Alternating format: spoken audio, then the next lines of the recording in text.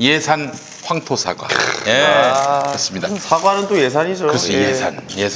예산의 그 황토 사과. 예. 여러분 그 설 선물용 최고급 예산 사과 소개합니다. 사과 재배지로 최적의 조건을 갖춘 충청남도 예산. 이 전문 농업인의 기술과 정성으로 키운 명품 사과입니다. 이거 진짜 맛있네. 예산 황토 사과의 품종은 부사예요, 부사. 오직 2019년에 갓 수확한 햇부사만을 판매하는데 과수당 이게 하나당, 이 하나가 이제 과수당 이거죠. 예, 이거보다 좀 작긴 합니다만 그래도 그게 한 300에서 340g 내외 특급 사과만을 선별해서 예산 산지에서 직접 배송합니다. 선물용은 400g 이상, 이거 400g 이상이에요. 야, 이거 진짜 크죠? 예. 예산 갈 사과가 뻔했어요. 네. 뭐 맛있는 게 뭐냐면 단단합니다. 그렇습니다. 제가 정확하게 알아요. 이 사과의 이 밀도가 굉장히 높아서 네. 굉장히 달고 맛있어요. 자, 선물은 보통 이제 400g 이상인데, 자, 요거 씨알 좋은 사과만으로 여러분들께 봉사하고 있습니다. 배보다 배꼽이 더 큰 유통 과정 없이 중간 단계 없이 농민에게 바로 구매를 하시는 거예요. 도매상이 없다는 얘기 아닙니까? 중간 맛이. 그런가요? 저희가 도매상. 그러니까. 김용민닷컴이 도매상이에요. 우리는 거의 맞지는 않는 게. 우리는 폭리를 남기지를 않습니다. 기본적으로. 네. 김용민이를 못 믿습니까? 못 믿을 이러니까 것 같아. 못 믿는 못 믿을 것 같아. 이러니까 못 믿을 것 같아. 말은 이렇게 하고 못 믿을 것 같아요. 예, 네. 자 그러나 여러분 저희는 폭리를 취하지 않습니다. 자 그래요. 정말 맛있는 예산 황토사가 가장 저렴한 가격에 만나보시기 바라겠습니다. 선물용 최고급 왕대과 4kg. 요게 한 9과에서 12과 정도 들어가 있는데 네. 52,000원. 선물용 실속형 4kg, 13과에서 15과. 그 밖에도 가정에서 맛있게 드실 수 있는 예산 황토사가 4kg. 요거는 또 14과에서 16과 정도. 네. 요건 저 35,000원이고 8kg짜리 28과에서 32과는 64,000원에 모시고 있습니다. 여러분 네네. 많은 관심, 사랑 부탁해요. 부탁해요. 예산 사과 참 맛있네요. 예. 자, 또 있어. 또 있어. 또 이것도 블루투스 이어폰이 있네요. 자브라 블루투스 이어버드. 예. 자브라에서 자브라가 원래 이 블루투스 이어폰 이런 걸로 굉장히 유명하잖아요. 김낙 변호사 하고 계시네. 하고 있어요? 네. 귓밥인 줄 알았네. 깜짝 놀랐어요. 그 저기 예. 김남국 씨한테 돈 받고 가세요. 돈 받고. 인간 이러고 뭐라는지 안 들려요.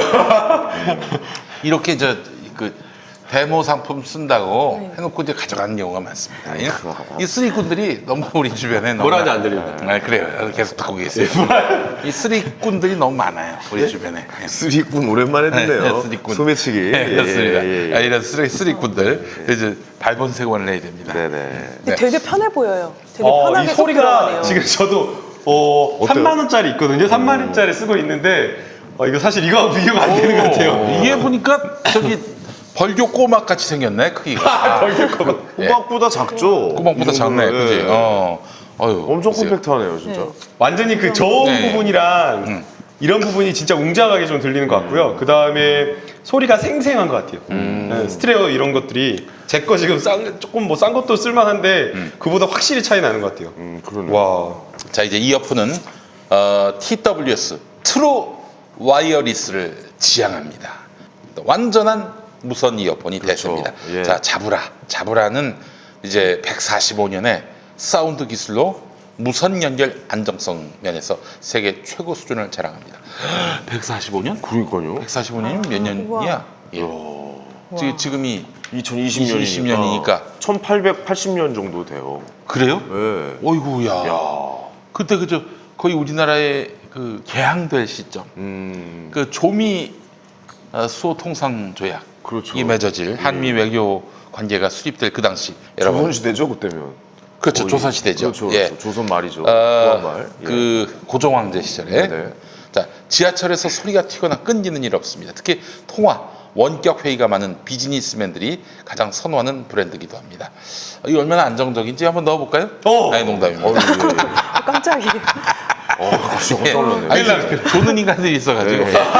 자, 게다가 최대 2대의 기기에 멀티 포인트 연결이 가능합니다. 즉 스마트폰과 이게 뭐예요? 예. 또 노트북에 각각 페어링을 해서 연결하면은 본인의 선택에 따라서 영상 소리, 음향, 게임 음향 통화 내용 등을 원하는 대로 골라 들을 수가 있습니다. 동시 출력은 아니고, 오, 그러니까요. 네, 동시 출력까지는 아니고, 자 동급 제품 중에 배터리 성능이 가장 강력합니다.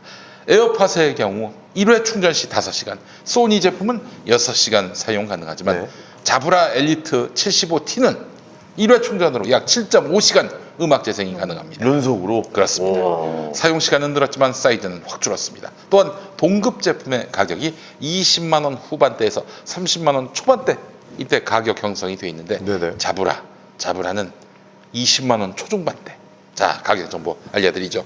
자브라 엘리트 75T 23만 4천 원, 자브라 엘리트 65T 14만 7천 원, 자브라 토크 45 8만 3,990원, 자브라 토크 25 4만 2천 원. 해외 직배송 같은 경우 또 병행 수입 제품은 방전된 제품일 수 있으며 국내에서 사용이 제한된 무선 규격일 수 있어요. 그렇군요. 또한 국내에서는 고객 지원이 되지 않습니다. 병행 수입 제품으로 피해 당하는 일이 없도록 각별히 유의하시기 바랍니다. 자, 김용민닷컴은 또 게다가 무상 보증 1년이 적용되는 정품이 되겠습니다.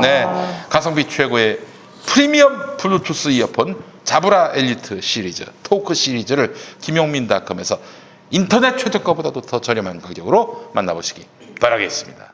그렇게 보입니다. 만에 하나 우리 윤석열 형이 태세를 대전환해서 원칙대로 자유한국당 의원들 패스트트랙 다시 아니, 기소가 이미 됐어요. 아니 기소 안 한 사람들 그래서 다 기소 올리고 그리고 나경원 이제 압수수색 들어가고 조국을 털듯이 나경원을 턴다. 어떻게 될까요? 우선은 일단은 처분이 이루어졌기 때문에 쉽지가 않고요. 그 다음에 고발인이 항고할 수 있는 사건이 몇 개 안 돼요. 근데 이 고발인이 이건 항고를 할 수가 없어요. 항고 사건 아닐 거예요. 그래서 좀 어렵고요. 그러나 이제 상상을 통해 가지고 나경원 의원이라든가 아니면 다른 사건에 대해서 공정하게 수사를 하고 그 다음에 무엇보다 많은 국민들이 원하는 게 검찰 내부로 잘못됐던 처리했던 그 사건을 바로잡아라라고 요구하잖아요. 대표적인 게 울산 고래고기 사건, 그리고 김기현 전 울산시장의 측근 비리 사건. 이거 엉뚱하게 결론 나고 정관예우였던 그런 거잖아요. 그래서 만약에 이러한 것들을 제대로 잘 다시 수사를 하고 감찰을 하면 윤석열 총장이 스스로 그러면 그걸 할 때까지 지켜본 다음에 나가라 그래야죠. 저기 변호사님, 네. 사실 신의 한 수가 그런 아이디어를 제기해가지고 사실 제가 좀 마음이 움찔했던 게 뭐냐면은 이제 저 지역으로 이제 발령난 박찬원이 뭐 한동훈이니 이런 사람들을 특별 수사단을 만들어서 문재인 정권 비리 특별 수사단을 만들어서 서울로 다시 불러 모아가지고 수사팀을 꾸리면 된다. 네. 신의 한 수가 이렇게 네. 진짜로요? 아이디어를 냈었어요. 네. 근데 그걸 못하게 한 거 아니에요? 그렇죠. 그거 예. 법무부 장관의 뭐 승인을 받으라고 네. 했더라고요. 그러면 그 부분과 관련해서는 그럴 수도 있었겠다라는 생각이 드시던가요? 어떤가요? 윤석열. 근데 너무 말도 안 되지 않아요? 그러니까 전 사실은 추미애 장관 인사가 난 다음 날 청와대에 정말 빈껍데기 같은 영장 들고 가가지고 저는 사실은 정치적인 행동을 했다는 생각이 들거든요. 그러니까 그걸 보면은 그 신의 한 수에서 얘기했던 게 진짜로 가능성이 없는 얘기는 아니었겠다는 생각도 들어요. 근데 진짜 그렇게 했다면은 장관의 대통령의 인사를 무력화시킨 이거 진짜로 어마어마한 도발 아닙니까? 그거는 설령 윤석열이 그렇게까지 할까? 근데 그렇게까지 할 수도 있는 가능성이 있는 것 같아요. 왜냐하면 그 다음 날 바로 청와대에 가서 바로 그렇게 행동에 게시한 거 보면 그럴 수도 있었을 것 같네요. 이게 막 그러잖아요. 막 언론 보도나 이 식당에서 누구 아는 지인들이랑 뭐 밥 먹거나 이러면 야 이게 인사 막 너무 심하다 막 이런 이야기 하는 게 있어요. 그리고 인사를 뭐 독립시켜줘야 된다 막 그런 이야기를 하는데 그게 맞지가 않아요. 왜냐하면 이 검찰 수사권이라고 하는 것은 지금 저희가 직접 목도하고 있잖아요. 남용될 경우에 무시무시한 거예요. 그렇지. 네. 그러면 이것을 검찰이 착해요? 검찰에 있는 사람들이 착하거나 이런 게 있어요? 아니잖아요. 오히려 일반인들보다 더 약간 권력욕이나 뭔가 사회에 뭔가 약간 좀 그런 승진욕 그런 거에 똘똘 뭉친 사람들이 많잖아요. 그러면 이러한 것들이 수사권이 남용되었을 때에 통제할 수 있는 통제 장치가 반드시 필요한 거예요. 그런 어떤 민주적 정당성을 가진 통제 장치가 바로 대통령이 가지고 있는 인사권이라는 거예요. 그러니까 이렇게 잘못된 그 검찰 수사에 대해서 잘못되었다라고 책임을 물으면서 검찰을 바로잡을 수 있는 그런 인사권을 행사하는 게 너무나 당연한 거죠. 그리고 검찰 내부나 언론에서 왜 이 수사 결과에 대한 얘기는 없는지 저는 그것도 조금 의문이 들어요. 사실 국민들 그냥 뭐 중도층이라고 해야 되나? 그런 국민들이나 뭐 검찰 내부에서 사건 기록을 잘 보지 않은 검사들은 충분히 그렇게 생각할 수도 있었을 것 같아요. 아 정말 파면 뭐가 나올래나? 아 정말 진짜 사기단인가? 아 정말 우리나라 큰일 날 뻔했다. 뭐 이렇게 생각을 가지면서 이렇게 지켜보셨을 것 같아. 그런 분들도 물론 계셨겠죠. 근데 지금 수사 결과가 나와 보니까 그게 전혀 아니었잖아요. 어떻게 보면 국민들이 속은 거란 말이에요. 그리고 검찰 내부에 있는 구성원들도 속은 거란 말이에요. 근데 거기에 대한 얘기는 왜 없는지 저는 그게 좀 의문이 들더라고요. 그러니까 뭐 그분들도 이제 재판의 결과가 나와서 얘기를 해야 되는 건지 그러니까 아니면 재판 지금 결과가 발표를 해야 나오기 되는 전에 재판 예. 결과가 나오기 전에 이미 수사 결과가 나온 거잖아요. 네네네. 어떤 어떤 자세를 취해야 될지 뭐 저도 좀 궁금한데 이제 전망을 좀 해보죠. 검찰에서 앞으로 어떻게 이제 끝났어. 아니 태세를 그래도 뭔가 좀 반격을 준비를 하려고 하는 것인지. 지금 며칠 전에 이제 청와대에 들어간 게 네. 수 변호사님 말씀도 그렇지만은 있을 수 없는 영장을 들고 간 거예요. 그 압수수색 영장. 범죄 혐의에 관한 모든 자료를 다 내놔라. 범죄 혐의가 뭔데 도대체? 뭐 빈껍데기 같은. 네, 범죄 자료 일체라고 그렇게 압수수색을 그러면 기재했다. 청와대가 보통 그 무슨 일반적인 집이나 직장이 네, 아니라 네. 그 뭘 내놔라 했을 때 협조를 하는 거죠. 그래서 청와대에 있는 특정한 그 자료들을 가져와서 넘겨주는 건데 범죄 자료 일체. 그러면 청와대 간단 말이에요. 입구에 가서 예. 저 압수수색하러 검찰에서 왔습니다. 왔습니다. 네네네. 범죄 자료 일체 주세요. 그럼 범죄 자료 일체를 뭘 줘? 그러니까요. 뭘 줘? 아니 이거는요 검찰이 일부러 짠 프레임이라고 저는 생각이 들어요. 일부러. 예, 자 보세요. 제가 현희 형한테 형 1억만 빌려주세요. 어? 1억만 좀 빌려주세요. 1억을 어떻게? 지금 형님 거절하시는 거예요?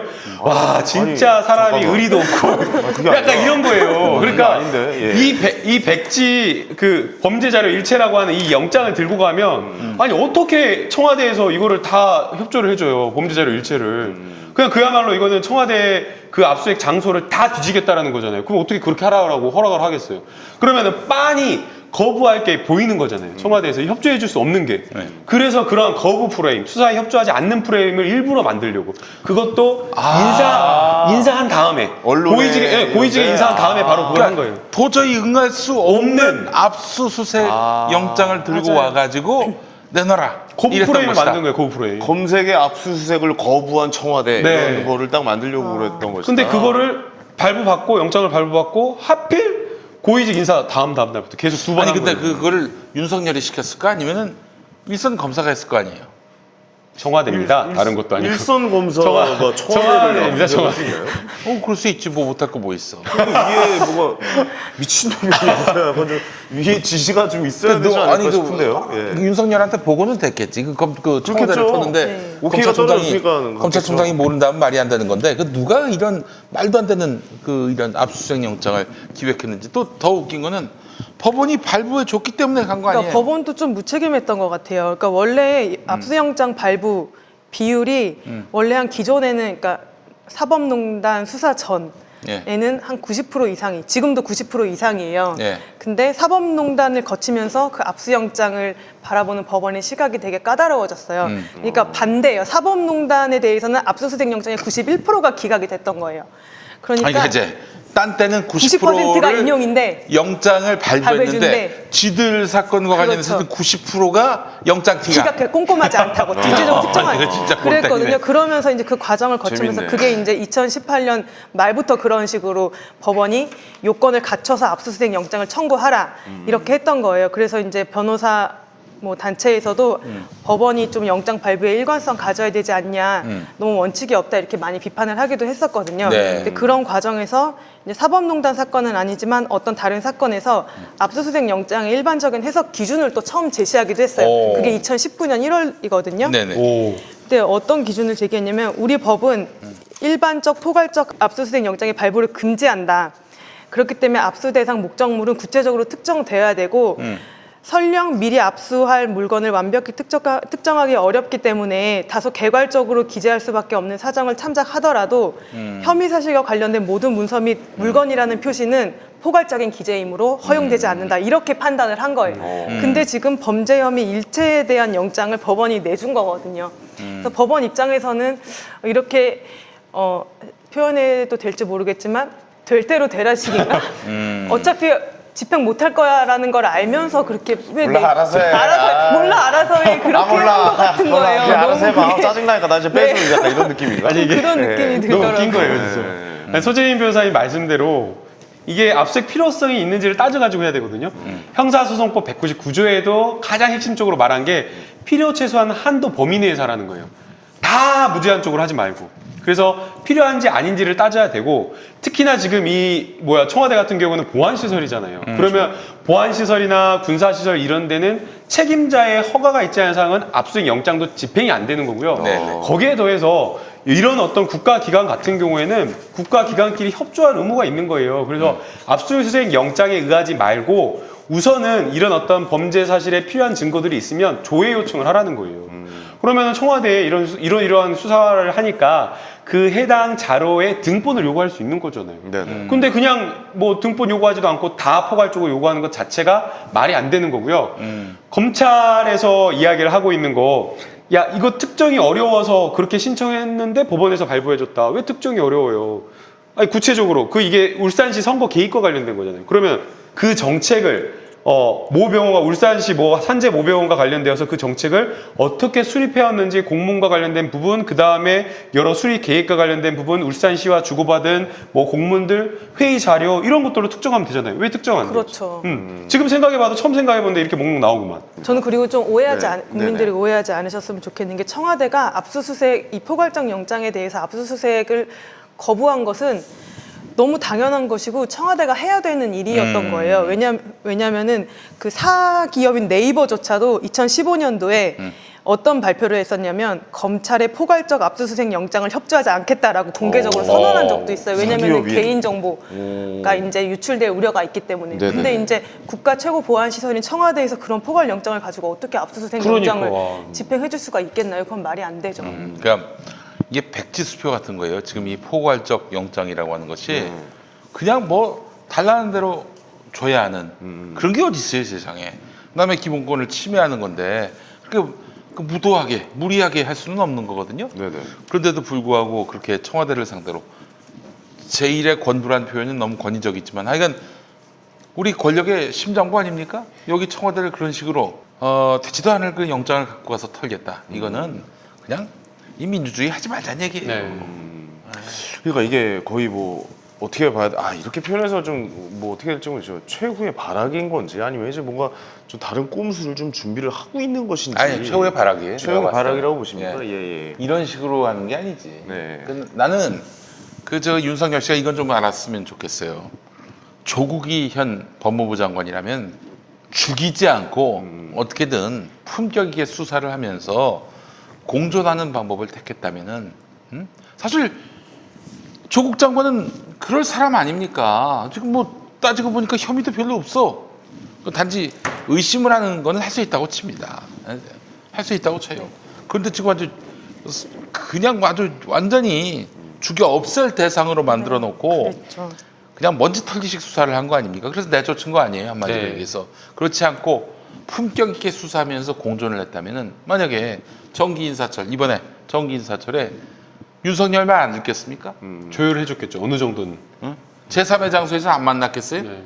그 자업자득이야 지금 추미애를 부르고 자초한 이렇게 그냥 자기 그 부하들의 그 자기 수족이 다 잘려나가는 상황은 윤석열이 자초한 겁니다. 그걸 분명히 알아야 돼요.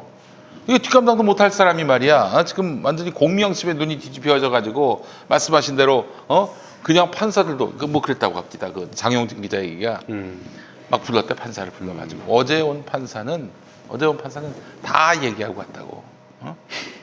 빤스 벗고 갔다고. 사법농단 수사할 때. 그러니까 아주 간이 배 밖으로 나온 거지. 물론 이제 판사도 범죄자가 될 수 있고 검사가 수사할 수 있다고 보지만은 여기서부터 전직 대통령 감옥 보냈지. 그리고 뭐 지금 뭐 판사들까지 막 그냥 자기들 앞에서 벌벌벌벌 떠는 모습 봤지. 그러니까 간이 배 밖으로 나온 거예요. 현직 대통령 유하지.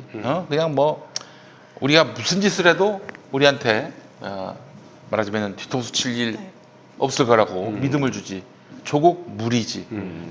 그냥 지들 멋대로 해왔던 거예요. 그러니까요. 그 아마 윤석열 총장이나 윤석열의 측근들은 그 생각했을 거예요. 박근혜 전 대통령처럼 막 뒤로 뭐 언론하고 뭐 국정원하고 해가지고 꼼수 써가지고 이런 쫓아내는 거는 못할 거다. 그렇게 생각을 했던 것 같아요.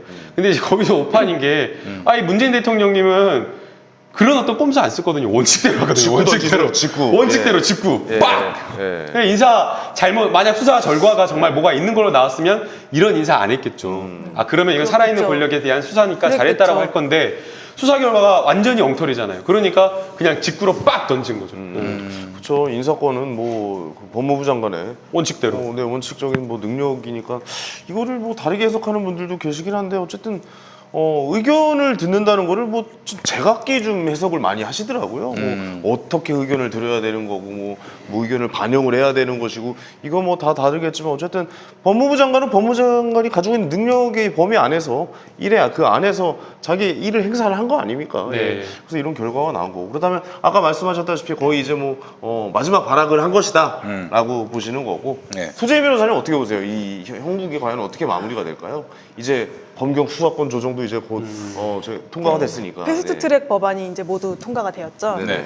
네, 저는 뭐 조국 전 장관님이 끝까지 그래도 중간에 포기하지 않고 네. 버텼고 지금도 버티고 있기 때문에 이 패스트트랙 특히 검경 수사권 조정법이나 아니면 공수처법이 통과될 수 있었다고 저는 봐요. 네네네. 그래서 그 장관 사퇴할 때 하셨던 말씀 검찰 개혁의 불쏘시개로 나를 써달라라고 하셨었죠. 아 정말 불쏘시개가 되셨구나. 이게 조금 더 실감이 났고 앞으로는 지켜봐야죠. 근데 저희가 지금 이게 있었던 일이 아니잖아요. 정말 공수처가 설치된 적이 없었고 처음 있는 일이죠. 예. 검찰이 경찰에 대한 수사권을 그러니까요. 이제 행사하지 못하게 되는 것도 처음 있는 일이잖아요. 네네. 그래서 정말 앞으로는 경찰과 검찰의 견제 관계도 정말 저희가 조심해서 잘 살펴봐야 될 것 같고요. 네네. 지켜봐야 될 것 같다는 알겠습니다. 말밖에 못하겠습니다. 아니 아니, 근데 근데- 변호사분들은 경찰서 많이 가겠네요. 그럼 앞으로. 경찰서 많이 가겠네요. 예, 검경 수사권 그러니까요. 조정이 네, 있으면 아무래도 그죠, 네. 아무래도. 예. 아 그러네. 네. 예. 이렇게 검찰의 힘을 빼는 건 참 좋아요. 네. 그래서 상호 견제를 이제 하게 만들어서 검찰과 경찰이 또 공수처와 검찰이. 근데 법원이나 경찰은 훌륭한 조직입니까? 믿어 의심치 않을 조직입니까? 아, 그렇지 그건 않습니다. 모르죠. 예. 그 어떻게 그럼 또 그들은 모든 그러니까 그 견제해야죠. 경찰, 검찰, 국세청 그러니까 모든 권력기관 그냥 권한을 가진 사람이 통제되지 않거나 견제받지 않으면 부패할 수밖에 없어요. 그렇죠. 그래서 경찰도 반드시 이제 개혁을 해야 되는 거고요. 지금까지 검찰 개혁이었다라고 하면 이제부터는 국민들이 눈을 부릅뜨고 경찰 개혁을 외쳐야 돼요. 아 똑같아요. 경찰도 만약 그 남용을 그럼요. 한다. 네, 그러면 또 이런 상황이 벌어지는 겁니다. 그래서 맞아요. 이제 예, 예. 지금 이제 문재인 정부에서 남은 과제로 해야 될 게 경찰권을 분산시키는 거예요. 지금 10만 경찰로 이 어마어마한 권력을 가지면 반드시 문제가 생길 수밖에 없어요. 그래서 네. 문재인 대통령이 처음에 검찰 개혁을 그리실 때 자치경찰 제도를 함께 그렸어요. 자치경찰 제도, 그 다음에 행정경찰과 수사경찰을 분리해가지고 이 수사국가 본부를 만들어가지고 행정경찰이 수사경찰에게 막 개입하거나 이런 것들을 막도록 그래서 권력을 경찰 내에서도 분산시키는 것을 이미 제도적으로 그렸기 때문에 아직 지금 입법이 안 됐거든요. 이것을 이제 국정 하반기에 완수해야지 사실상 경찰 개혁까지 가는 게 지금 거예요. 사실은 이게 예전에 하여튼 일제 강점기 때 아주 경찰이 진짜 나쁜 새끼들 아니었습니까? 얼마나 나쁜 새끼들. 순경이란다. 예. 일제 때 그렇게 독립운동가 잡으러 다녔던 새끼들이 그렇죠. 대한민국 정부 수립 이후에는 경찰이 돼가지고 그렇게 해서 나라를 독립시키는데 기여하신 독립지사들을 또 그렇게 때려잡는데 앞장서고 또 그 지랄이 너무 심해서 54년인가요? 54년인가 그쯤에 네. 그쯤에 이제 비로소 이제 검찰에게 경찰 지휘권을 준 거예요. 그렇죠. 예. 경찰 지휘권을 주고 네네네. 기소권 또 수사권도 주고 그래서 이 당시에 그 엄상섭 의원 그 의원이 그래서 그 법을 만들면서 여러 가지 우려가 생긴 거예요. 이 검찰을 이렇게 고난을 다 집중시키면은 무슨 사단이 나지 않겠느냐. 나중에. 사단이 나지 않겠느냐. 네. 그랬는데 그 당시 이제 의원들이 그러면 뭐 또 뭐 수개월 내로 보안 입법을 하자. 이렇게 얘기했는데 보안 입법을 하자 해놓고 65년이 지났어. 시간이 이렇게 됐군요. 65년이 지난 거예요. 네, 이게. 그러네요. 그 우리가 지금 경찰 개혁을 하자라고 했지만 또 경찰 개혁도 60년 근데 뒤에 해야 되는 그동안 거야? 이제 사실 검찰의 권한이 그림 막강해 보이지 않았던 때도 있었어요. 그때는 군이 군사부 네, 또 군사독재 그랬죠. 시절. 국정원이 하나회 그냥 국정, 검찰 머리 네. 위에 있어서 그렇죠. 막 그냥 검사를 짓밟았거든. 근데 이제 군의 힘이 빠지고 국정원의 힘이 빠지면서, 그러니까 군사 독재 정권이 사라지면서 네. 막 그냥 전직 대통령 구속도 시키고 막 그러면서 검찰의 위상이 YS 때 급격하게 올라갔어요. 그렇죠. 그 뒤부터 검찰의 아주 전성 시대가 열린 거지. 그리고 이제 이렇게 대통령 턱 밑에까지 와가지고 칼날을 휘두르는 이런 망나니 짓 하다가 결국에는 이렇게 뿅망치로 맞은 거지. 네. 역사는 계속 반복이 되는군요. 어떻게 보면은. 네.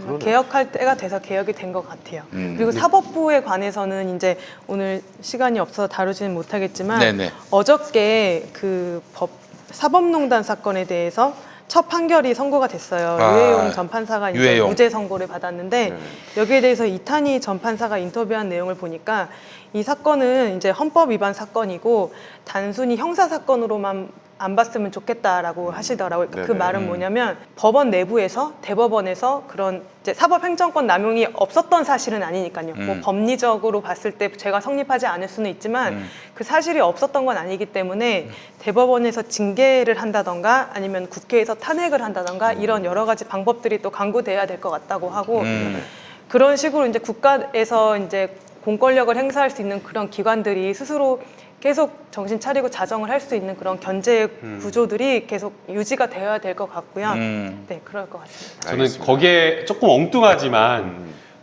교육이 굉장히 중요할 것 같다는 생각이 들어요. 지금 이제 뭐 법조인이 되는 그런 학생들을 보면 물론 이제 그런 학생들의 문제만은 아닐 거라고 봐요. 근데 지금 굉장히 젊은 뭐 20대, 10대 그런 친구들이 개인주의, 자기 권리만 찾고 돈, 막 이런 것들만 굉장히 욕심 부리는 친구들이 많아요. 네. 그래가지고 제가 그 변호사들만 있다라고 하는 그 사이트가 있는데 거기에 정말 말도 안 되는 상상도 할 수 없는 글들이 막 올라와요. 일배 같은 글들. 막 뭐 완전 진짜 거의 완전 일배예요. 근데 이 친구들이 법조인이 된다고 생각을 해요. 이 애들이 검사가 되고 이 애들이 판사가 된다고 하면. 어떤 판결이 나오겠어요? 사회적 약자를 보호하거나 사회 정의를 위한 그런 판결이 나올까요? 그런 수사가 나올 수 있을까요? 너무나 걱정이 되는 거예요. 제가 그 어떤 로스쿨의 검사가 임용이 되었다라고 하는 사람은 그 친구는 막 그랬다고 그러더라고요. 그게 뭐 좀 사실관계를 좀 더 확인해 봐야 되는데 이게 진짜 농담인지 아닌지 모르겠는데 네네. 본인이 그 시험을 거부를 하면서 다른 친구들이 시험을 못 들어가게 막았다가 본인이 시험 시간 되니까 본인이 시험 보러 들어갔다는 거예요. 뭔 소리예요? 그러니까 뭐예요, 그게? 그 거부 운동을 해갖고 시험을 거부하는 안 보는 거니까? 거부 운동을 본인이 거부한다고 이렇게 해놓고 시험 시간에 딱 되니까 자기가 들어가서 봤다는 거예요. 자기 혼자. 그거 뭐 진짜 도라이네. 아니, 물론 이게 전설처럼 나오는 이야기인데 전설이네. 과연 이게 맞는지를 봐야 되는 이런 친구들이 있다라는 거예요. 근데 이제 그러니까 그 친구들이 만약 좀 경쟁이 덜 완화되고 조금 더 우리 사회 공동체와 이웃을 배려하는 그런 교육이 강조되는 그런 교육을 받았으면 안 그랬겠죠. 근데 그 친구들도 뭐 대치동, 강남 이런 데서 그리고 학교 내에서 계속 옆에 친구가 막 경쟁 상대니까 어쩔 수 없이 그렇게 돼버릴 수가 있거든요. 그래서 저는 좋은 올바른 법조인을 양성하는 그런 어떤 교육을 만드는 것도 매우 중요한 것 같다는 생각이 들어요. 법조인을 뽑는 교육도 새롭게 좀 마련됐으면 그거는 좋겠다. 초중고부터 뭐 그 대학원에서는 불가능해요. 네네. 초중고부터. 그 형님, 그 소재인 변호사님 옛날에 대학 다닐 때 어떠셨어요? 네? 뭐 그러니까 저희 대학 다닐 때는 예컨대 제가 현이 형한테 뭐 네. 공책이나 노트 좀 빌려달라고 했는데 네네. 현이 형이 안 빌려줬다 그러면 오히려 막 그러잖아요. 와 진짜 너무한다. 못됐다. 진짜 너만 살라고 하네. 너 진짜 이기적이다. 뭐하냐. 진짜 너무한 거 아니야? 근이 형 네. 뭐하냐. 이런 분위기 아니었어요, 네. 여러분? 아마 네. 형님도 그때 공부할 때 그러지 않았었어요? 형님 학교 다닐 때 분위기도. 난 공부 안 했어. 아따. 맨날 놀았어. 그러니까 그때는 만화책 같이 나누고 공부한 거 빌려주는 게 너무나 당연하다고 그 봤고. 노트가 돌아다니고 공부하는 예, 예. 노트가 그랬었겠죠. 그러는 게 당연했고 그다음에 이거 빌려줘도 뭐가 문제예요. 그랬는데 지금은 빌려달라고 한 놈은 진짜 쓰레기가 되는데요. 그러니까 아예 빌려주지도 오히려? 않고, 예, 아예 빌려주지도 않고 빌려주라고 하는 놈이 나쁜 놈이라고. 저 공부도 안 하고 갑자기 노트나 빌려주고. 그런 분이야. 완전 쓰레기 아니야, 완전히 인성. 돈을 주면 그렇다고 그러더라고요. 돈을 주면 된다 그러더라고요. 돈을 주면 어떻게 했든 그렇게 잘하는 진짜로? 돈을 주면 그래갖고 인터넷에 올려가지고 익명으로 그걸 차라리? 노트를 얼마에 빌립니다 복사하는데. 새롭네. 야, 그러니까 이게 완전히 사회적 분위기가 바뀌는 문화가 거예요. 다르네요. 근데 다르네요. 이게 예. 그 교육의 환경에서 비롯된 거라고 봐요. 예. 그리고 이거는 뭐 법조인의 문제뿐만 아니라 뭐 요즘 공무원 시험을 준비하는 경찰을 준비하고 있는 뭐 그런 분들의 이유가 될 수가 네. 있는 거고, 이게 어떻게 보면은 이런 분들이 공직에 나서고 이제 국민의 앞에 서는 직업에도 하시게 되면은 또 그 정도의 자격을 갖고 계신 분들이 좀 많이 나왔으면 좋겠다라는 생각을 다 누구나 할 것 같고요. 네. 예. 이제 뭐 검찰 개혁이 시작이잖아요. 예, 네, 이제 정말 그렇죠. 이제 시작이 된 것 같아요. 이제 뭐랄까 그동안 우리가 계속 그 얘기를 했는데 이제 좀 시작이 되는 것 같아가지고 한편으로는 좀 보람되기도 하고 좀 뿌듯하기도 하고 앞으로 어떤 모습으로 개혁이 진행될까 궁금하기도 하고 그러네요. 예. 그렇습니다. 앞으로 우리가 계속 두 눈을 크게 뜨고 지켜보자고요. 지금 끝내려고 그러시죠? 마무리 멘트 네. 두 눈을 크게 뜨고 지켜보자고요. 예. 그렇습니다. 자, 예. 두 눈을 크게 뜰 수 있는 방법은 이거 먹으면 됩니다. 예. 찹쌀떡. 이것만 먹으면 안 되고 예. 이거 먹고 난 다음에 칼로리가 그래서 크지 않습니다. 저희 예, 그냥 맞춰요. 마지막 개그의 개그의 춤이죠. 네, 알겠습니다. 예. 김남국 TV 좋아요, 구독, 알림 부탁드립니다. 10만 사랑합니다. 넘었어요. 소재인 TV도 좋아요, 구독 부탁드립니다. 네, 한번 10만이 해봐야 넘었어요. 되겠네요. 예, 소재인 TV도 여러분 네네. 만들 거예요. 예. 소재인 TV에서는 이제 바이올린 연주를 오. 구경하실 수 있고. 안 볼 것 같은데요. 아니, 동생분이 또 성악하세요. 오. 두 분이 합주 약간 또 성악과. 저 일이 너무 많아서 못합니다. 야 솔직하다. 예, 그래요. 보통 한다고 그러고 끝냈잖아요. 예, 근데 못해요. 여러분 소재인 TV 김남국 TV하고 같습니다. 네네. 정신 차려라. 마무리하도록 자, 하겠습니다. 마치겠습니다. 예, 지금까지 피아 지방법원에서 감사합니다. 감사합니다. 감사합니다. 고생하셨습니다. 예. 기